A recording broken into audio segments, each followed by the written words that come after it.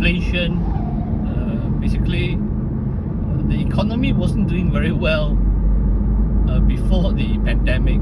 So when the pandemic struck, basically the plague or the pestilence struck, it made things worse. It lasted until today, more than 2 years, coming to 2.5 years. And more than 2 months ago, or 2.5 months ago, you have the Russian invasion of Ukraine. And really, in fact, before that, inflation was really picking up in the States and in many countries, and Malaysia, really, for food prices and so on. I just bought a tofu just 2 months ago. It was 2 ringgit, and now it's 3 ringgit for a small tofu. 3 ringgit, and the price of the noodles plus the pork is 12 ringgit. It used to be 8 ringgit, 9 ringgit, 10 ringgit, and now it's 12 ringgit. So my lunch the other day cost me 15 ringgit before drink. So drink another, sometimes some shops, I think that shop is still charging like 250. So basically my lunch costs 17 ringgit 50 cents. That is almost double 5 years ago, you know. So it's crazy. It is madness. It is really madness.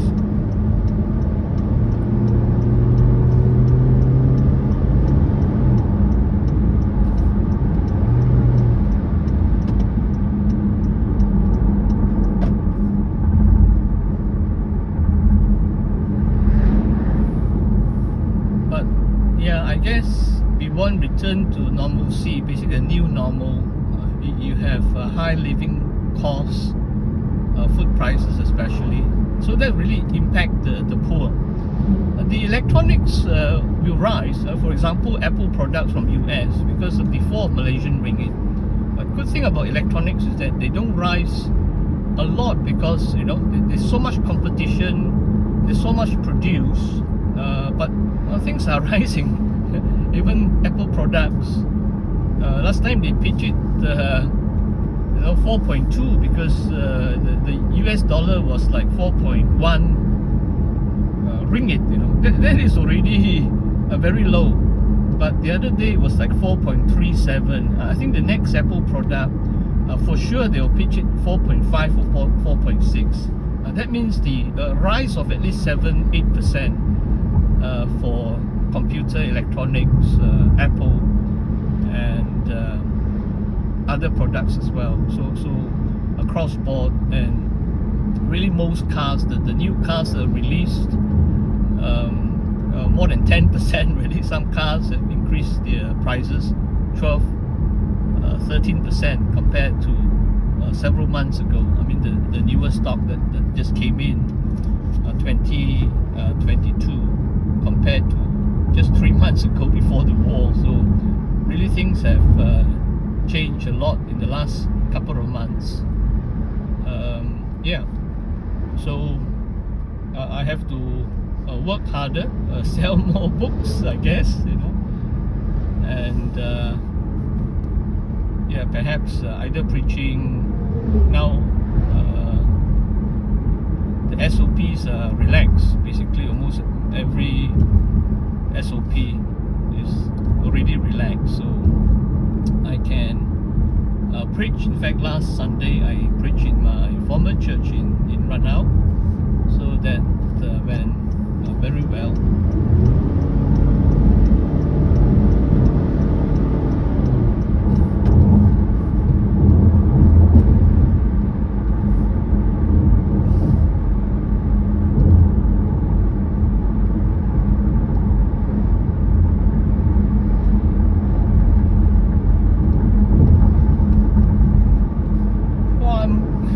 Maybe Tenghilan, yes.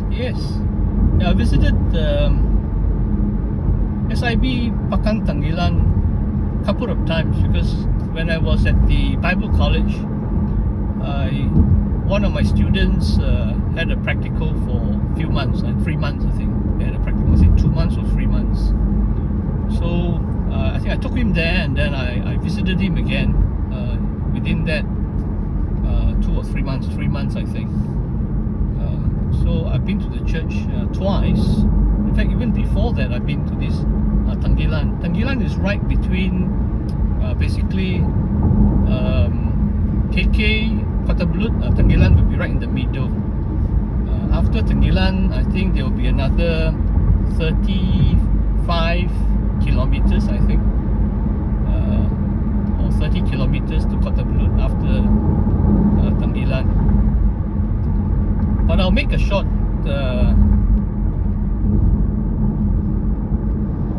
detour here to see whether anyone is in the church vicinity.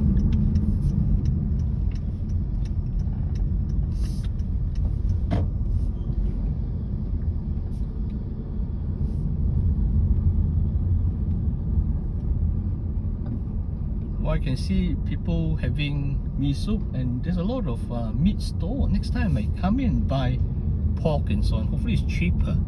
Kota Kinabalu is so expensive. So this is quite interesting, really.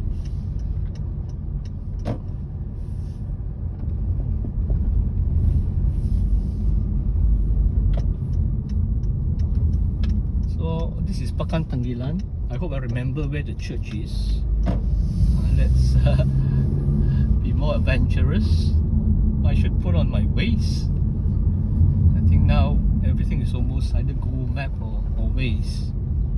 So convenient nowadays, living in the year 2022. You have everything. Have I passed the church? Maybe I passed the church. Oops.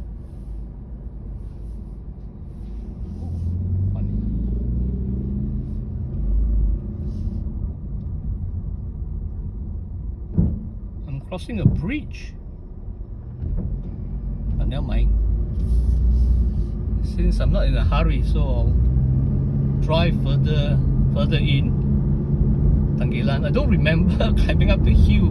It's very close to the city, the church. I may have passed that, but never mind. Just to drive and look around.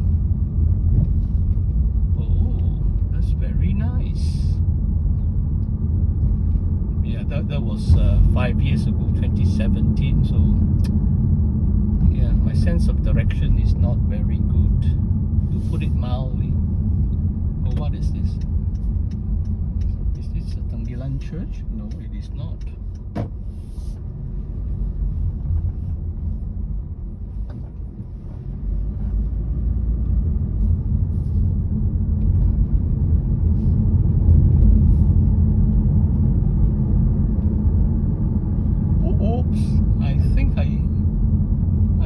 Church. It must be the church. Yes.